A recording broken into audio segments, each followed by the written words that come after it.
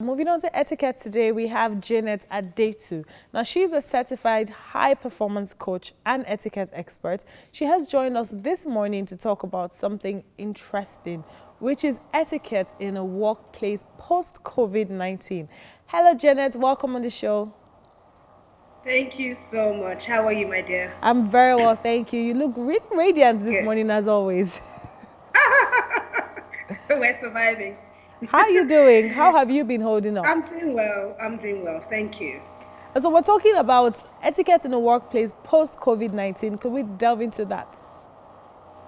Yeah, the honest truth is that right now, because COVID-19 is there and we really don't know when it's going to go away, I'm going to be talking about workplace etiquette with COVID-19 as it is, and, hoping that COVID will go away because as it is now, a lot of companies are, some of them have gone back to work, those skeletal work.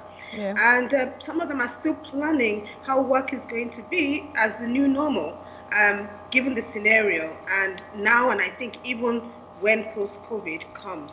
So we're going to talk right now as we're going back to work. This is what is in the air.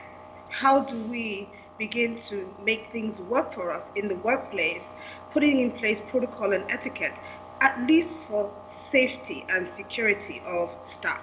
Yes. So I'm going to start by the fact that, employers now, definitely right now and post-COVID, I'm very sure of, there's going to be an upsurge in playing so much emphasis on health and hygiene. And what does that mean? There's still going to be a lot of washing of the hands, Yes. sanitizing of the hands, even wearing of the mask, at least until we are given further instructions. Yes. So right now, if you're going back to work, this is what's going to be the new normal. And of course, there's going to be a lot of social and physical distancing right now. And that's why you can see companies are arranging for people to work more from home still while this is out, and maybe till the end of the year we'll wait and see what's going to happen. And so even in the offices, 40, 50, 60% full, and so it's going to be sparsely arranged. That is the new now. And in terms of workload as well, of course, everything is going to be a lot virtual. As you can see now, I typically would come into your office space and do this recording, but right Yes. now a lot of virtual happenings, virtual ways of doing things and getting the same result. So meetings now, if we're going to be meeting our clients or talking to customers, it's going to be virtual. But this is what I want to say. In terms of protocol and etiquette, now that there's going to be a lot of working from home and virtual contact, with your meetings, you need to have a lot of protocol. You need to be on time, especially if you are the one that is arranging for that virtual meeting. You can't even afford to be late for that meeting. You need to be there on time. You need to be very well prepared for that meeting. And I mean, dress well, like it is an important business meeting. The fact that you're working from home doesn't mean you should be dressing down and feel very lazy about it or lackadaisical. You need to be prepared for that very important business meeting, even though it's not physical, it's virtual. So dress well, know what you're going to say properly, have your words and your pitch ready.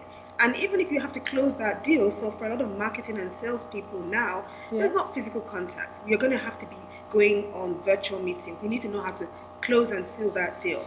Yes. Again, in the office space, let's talk about dining as well.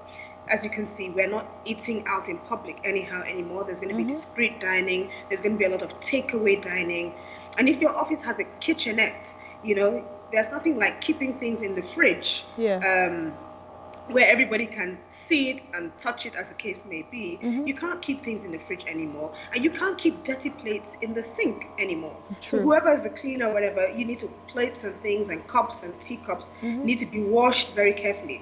Talking about that as well, I don't know whether we're going to have open made tea anymore, or maybe people are going to make their own tea. Everything is about health and hygiene and safety and security. All right, so dining is like, that's going to be a new change. No open dining and no free will in the kitchen anymore. You need to be very, very careful and mindful. I wouldn't be surprised if people start bringing their own tea and milk to the office. Yes.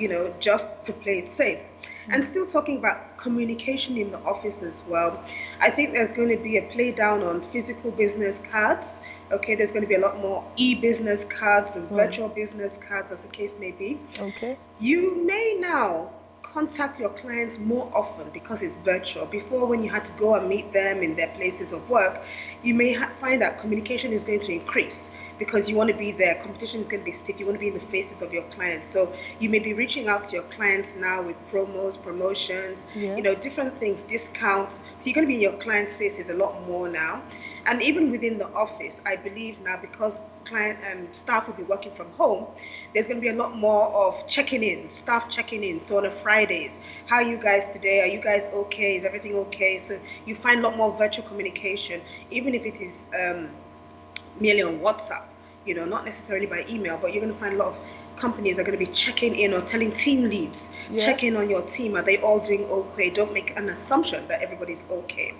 All right. And then again, when it comes to movement in the office, if your building has an elevator, for instance, you can imagine now there's nothing like hold it. For the lift, it's going to be a case now of size numbers, few numbers going into the lift, because that's a very confined space, and it's a very high risk space as well in terms of contaminating or catching any of this virus. So there's going to be limited numbers, and I'm sure constant sanitation of those lifts or the elevators, as the case may be.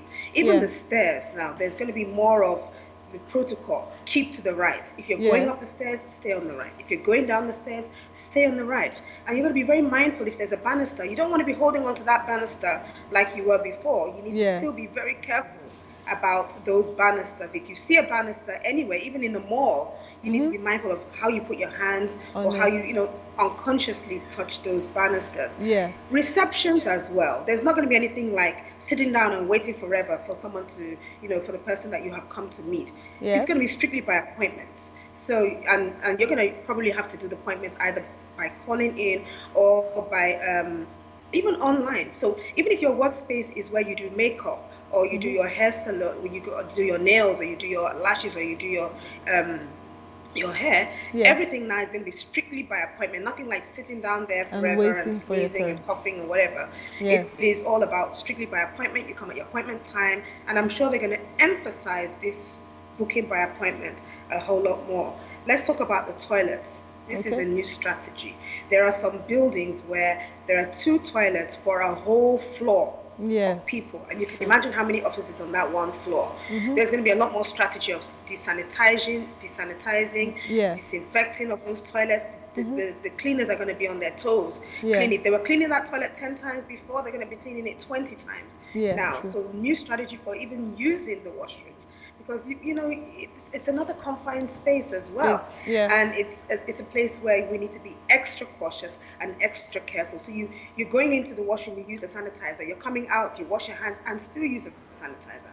And of course, I want to talk about doors. Doors is another area that it's also high risk. So you're talking about door handles, door bars, door locks. So I don't know, some people are already using their elbows and their arms to push the doors, they don't really want to touch the handles. But I would say that as part of this whole, pandemic that is going on, I think in all offices, it's very important to have the spray sanitizer. So you can have the rub one, but the spray sanitizer should be in every office, so that if people want to pick it up by themselves, spray their table environment, spray the door handle, people won't get offended. People know that it's because they're trying to, it's one of the routines, it's one of the protocols that you're going to be doing or using going forward in an office. So the spray sanitizer, they come in jugs like this, they come in little containers. Right now in my office, I have a spray sanitizer, big container like this in every office. So people have access to it, and they can use it as and when. So you can spray your hands, you can spray your surfaces, you can spray the door handles, and you never can be too careful. It's just can one never of those be too situations much. whereby it's come and met us. We're taking each day as it comes, day by day, and we're just hoping that it goes away as fast as possible. Amen. But we still want to be cautious, and it goes for everywhere. Everywhere is an office. It's not just a formal office. A supermarket is an office for somebody, right? A restaurant is an office for somebody. Well, thank you. Even when it comes to dining, sadly, Ms. Janet, everywhere is an office. I don't know if you can hear me. We'll have to cut you short there because we're running out of time. But it's always insightful listening to you. There's always something new to learn. And I hope all those who have resumed their workplaces have learned more than a thing or two on how to make sure they stay safe during this period. Thank you so much for coming on the show. You're most welcome. Thank you so much, my dear.